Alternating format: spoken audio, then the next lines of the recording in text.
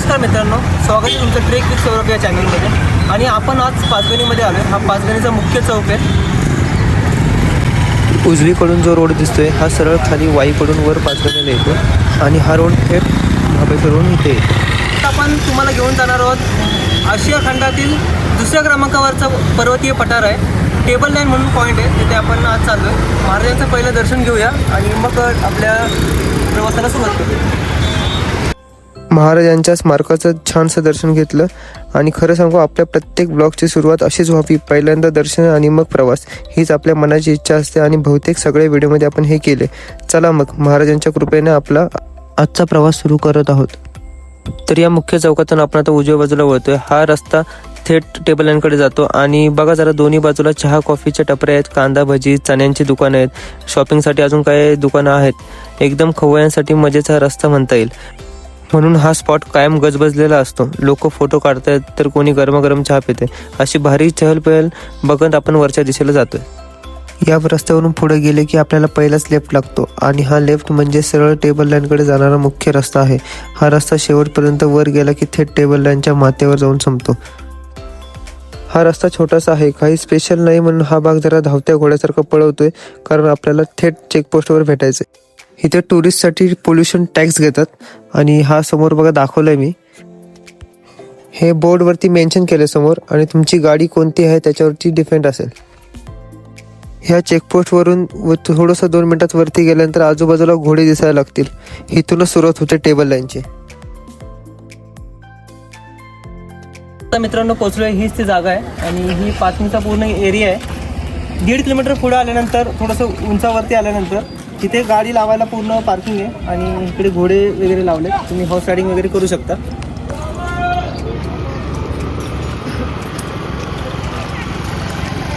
थोड्याच वेळात आपण जिथे हॉर्स रायडिंग तुम्हाला जर करायची असेल तर ह्याचा किती रेट आहे, राऊंड काय, तर हे विचारू आपण आणि तुम्हाला पण समजेल की तुम्ही नेक्स्ट टाईम जर तुम्ही आला तर तुम्हाला समजेल की किती रुपये घेतात वगैरे.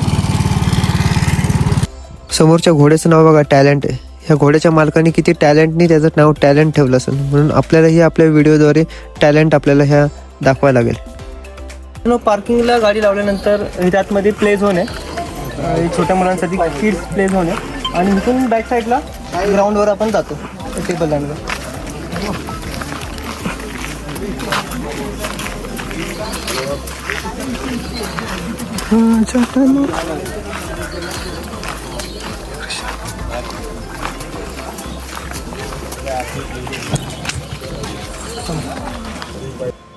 हा समोर बोर्ड आहे बघा, ते तुम्हाला हॉर्स रायडिंग करायचे, घोडागाडी, टांगा घ्यायचा आहे, जे काय हवं असेल ते सगळ्यांना दर फलक इथं लावलेलं आहे. म्हणजे एकदम सरळ काय घ्यायचंय, किती पैसे, सगळं बोर्डावर साफ लिहिलंय. कपलसाठी, फॅमिलीसाठी आणि दोघांसाठी वेगवेगळे रेट आहेत, ते तुम्ही ठरवून घेऊ शकता. इथे घोडागाडी आणि हॉर्स रायडिंग तुम्ही करू शकता. हे रेट तुम्हाला ते बोर्डवरती दाखवलेत ना,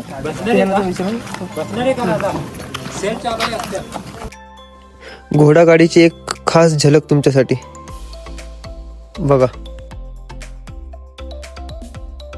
ह्या संपूर्ण पठारावरती इथे हॉर्स रायडिंग आणि घोडागाडी चालते. तर ह्याच्यावर तुम्हाला 7 पॉईंट टोटल ते दाखवतात, फिरवतात, अशी राईड असते. टोटल 1400 रुपये घेतात, तसं बोर्डावरती तुम्हाला दाखवलं तसं. आणि टोटल तुम्ही इथे येऊन बघू शकता. तर आपण आता फिरूया, दाखवतो तुम्हाला 7 पॉईंट. तुम्ही तिथं घोडागाडीने फिरण्यापेक्षा आपण तुम्हाला दाखवतो.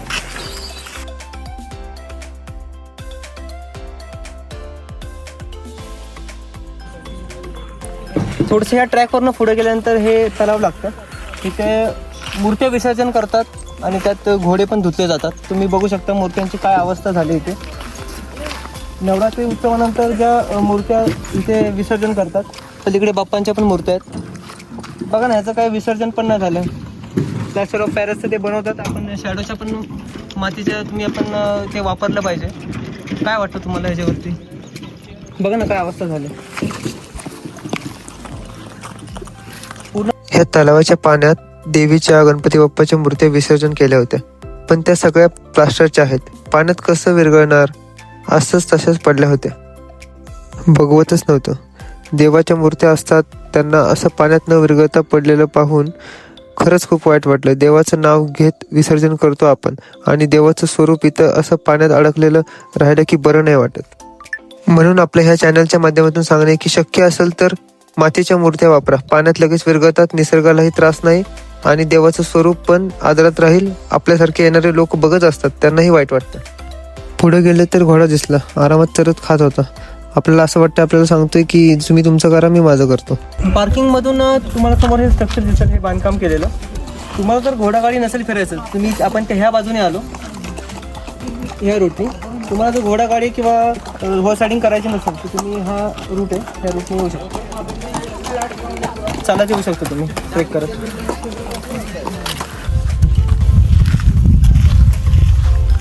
ह्या रूटने तुम्ही आपण चालत आलो ना, इथे समोर असे जागोजागी बाकडे लावले, त्या बाकड्यावर बसून तुम्ही निसर्गाचा आनंद घेऊ शकता.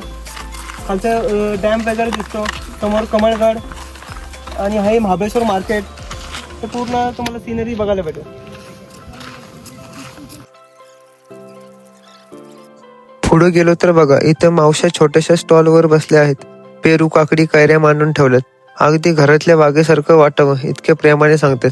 घ्या पोरांनो, ताजं आहे, घ्या. तुम्ही इथे फिरायला आल्यानंतर नक्कीच यांच्याकडून घ्या. ह्या ट्रेननी पुढे आल्यानंतर हे इथे एक रेस्टॉरंट बनवलं आहे. खाली एक नॅचरली गुहा आहे आणि या गुहेमध्ये त्याने रेस्टॉरंट बनवलं आहे. आपण त्या रेस्टॉरंटला व्हिजिट देऊया. ह्या गुहेमध्ये जायच्या आधी खाली बघा, हा पाचगणीच्या पूर्ण ह्या शाळा आहेत आणि हा पूर्ण पाचगणीचा परिसर आहे. खाली तुम्हाला दिसत असेल.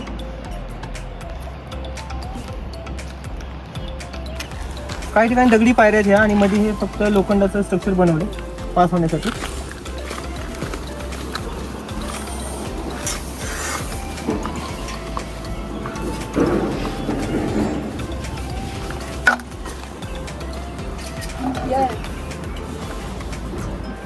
मला हँडल करण्यासाठी रोप हातामध्ये, सेफ्टीसाठी हा रोप लावला त्यांनी.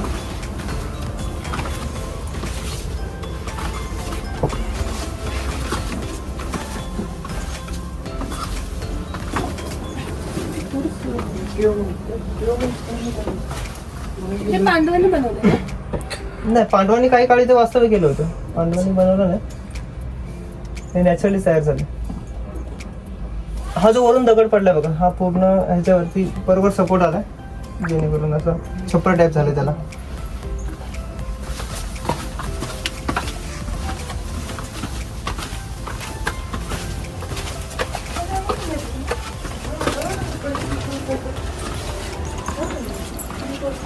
मग हे नॅचरल तयार झालं. हे बघा, हे जे स्ट्रक्चर दिसतं तुम्हाला, इथे छोटे छोटे स्टॉल लावतात म्हणजे लोक. आज तर बंद आहे आणि पुढे जाऊन मोठे त्याने रेस्टॉरंट बनवले.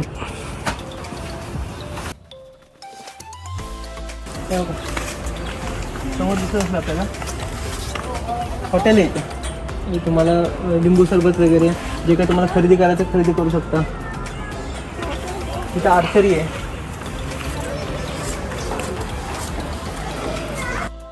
आत शिरलो की पूर्ण लाकडाच्या वाकड्या तिकड्या मुळ्या फांद्या वापरून सजावट केली.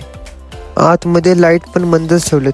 थोडासा थंडावा, थोडा इको साऊंड, एक वेगळीच मजा आत गेल्यावर येते. फोटोशूटसाठी एकदम मस्त जागा आहे आणि रेस्टॉरंटचं बसायचं ठिकाण पण लाकडामधून कलाकुसर करून ठेवलंय. लाल दगडात भिंतीत एक जागा करून त्यात स्वामी समर्थांचा फोटो ठेवलाय. अगदी छोटंसं देवघरच वाटतंय. गुहेच्या कडेला बघितलं तर एक अंडरग्राऊंड टनल काढलंय त्यांनी. खाली उतरायची वाट 20 रुपये द्या मग जा आत असं सांगतात. आतमध्ये घाबरण्यासारखं काय नाही, पण 20 रुपये हे भरावेच लागतील. आपण तर नाही गेलो, तुम्ही आला तर नक्कीच तुम्ही 20 रुपये भरून आतमध्ये जाऊन फिरून येऊ शकता. अरे बघा बघा, दगडाचा सोफाच बनवलाय असं म्हणता येईल आणि लाकडाचं टेबल. असं बसलो की राजा महाराजांसारखंच फील येतो. हे रेस्टॉरंटमधून पुढे गेल्यानंतर हा डाव्या बाजूला खाली रस्ता जातो. हा टायगर केव्हला जातो. 2 रस्ते आहेत, पलीकडून एक रस्ता आहे आणि हा एक आहे. पूर्ण झाडाची असे कमान टाईप झालं आणि इथून खाली जायचं. नॅचरली गुहा ही पण समोर बोर्ड लागला.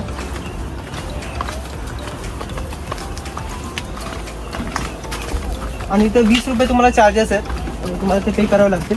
आणि आल्यानंतर नक्कीच ह्या केव्हला पण तुम्ही भेट द्या.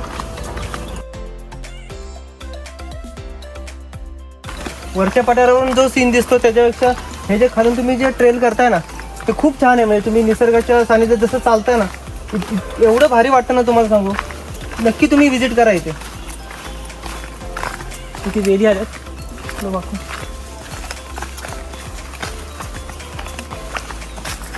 पावसामध्ये थोडं स्लिपरी असतं हे, पाणी जास्त वातावरण चिकट होतं पूर्ण. ते गुहा जरा असे वरच्या बाजूला आहे, इथून आपल्याला सगळं वरती जायचं. हे नॅचरली पायऱ्या आहेत, सगळ्या कोणी बनवल्या नाही, नॅचरली झालं त्या.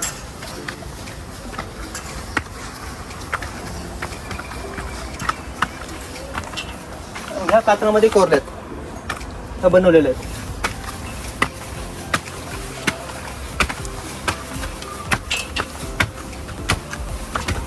तुम्ही जे 20 रुपीज देता, 20 रुपये देता, हे त्यातूनच हे डेव्हलपमेंट असतं. थोडंफार साफसफाई इथे परिसराची जी काही स्वच्छता करतात, प्लास्टिक वगैरे लोक पर्यटक टाकतात, त्याचीही साफसफाई असते.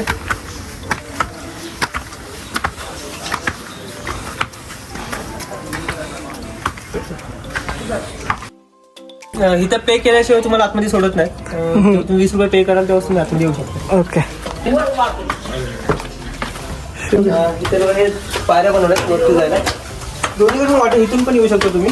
आणि मी जसं पहिलं सांगितलं त्या रेस्टॉरंटपासून आपण आलो, इथून पण येऊ शकतो. पण पैसे इथे घेतात, पैसे घेतल्याशिवाय तुम्हाला आतमध्ये सोडत नाहीत.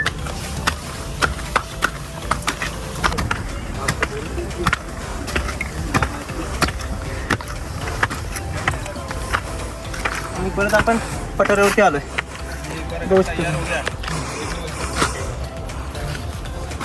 ह्या बाजूला सिडनी पॉईंट आहे. आपण ह्या मध्य रस्त्याने जायचं चालत पलीकडे. हा पण रोड आहे, इथून पण तुम्ही चालत जाऊ शकता, पण हा मधून शॉर्टकट मारायचा आपल्याला. वरती आलं तर तुमचा थकवा पूर्ण जाणार आहे. तिथे 2 तलाव आहेत बघा, एकदम शांत. इथे तुम्ही हातपाय धुवू शकता, तोंड धुवू शकता, पाण्यात पाय टाकून बसू शकता. हे 2 तलाव आहेत. ह्या तलावाच्या बाजूनेच ही वाट जाते बघा, तिकडे आपण जायचं. बघा ह्या टेबल लाईनची, ह्या पठाराची साधारणतः उंची 4,500 फूट आहे समुद्र सपाटीपासून. आणि हे पूर्ण जे टेबल लँड आहे, हे पूर्ण पाचगणी मार्केट. आणि इकडे खाली ढोम डॅम, पलीकडे कमळगड दिसतो, धुक्यामध्ये प्रॉपर दिसणार ना तुम्हाला, पण झूम करून दाखवतोय. आणि हा उजव्या बाजूला आहे सिडनी पॉईंट, तिथपर्यंत तुम्ही जाऊ शकता. खालच्या बाजूने रोड आहे त्याला जायला.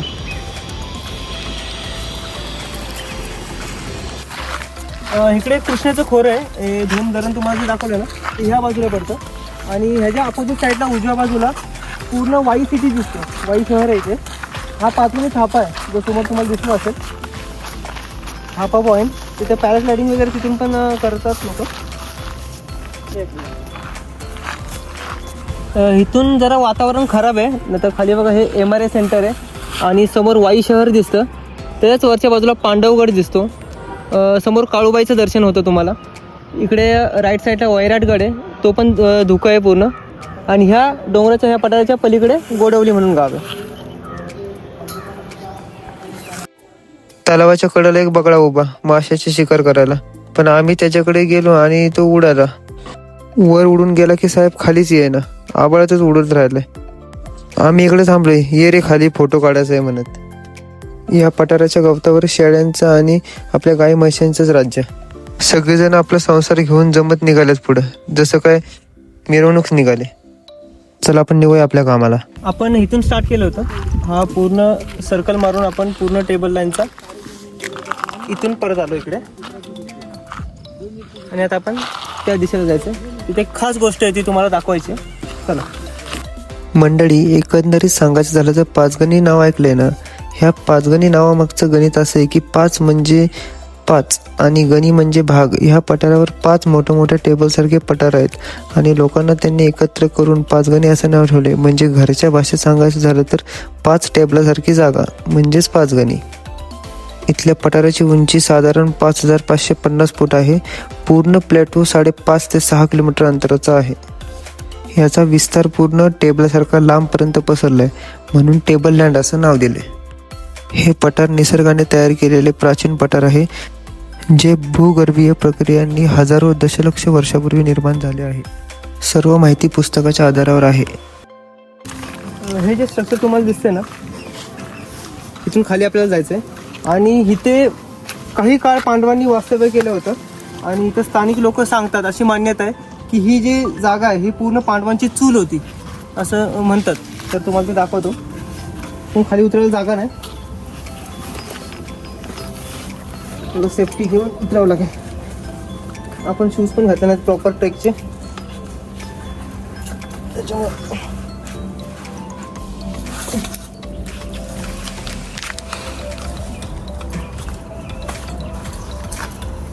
खाली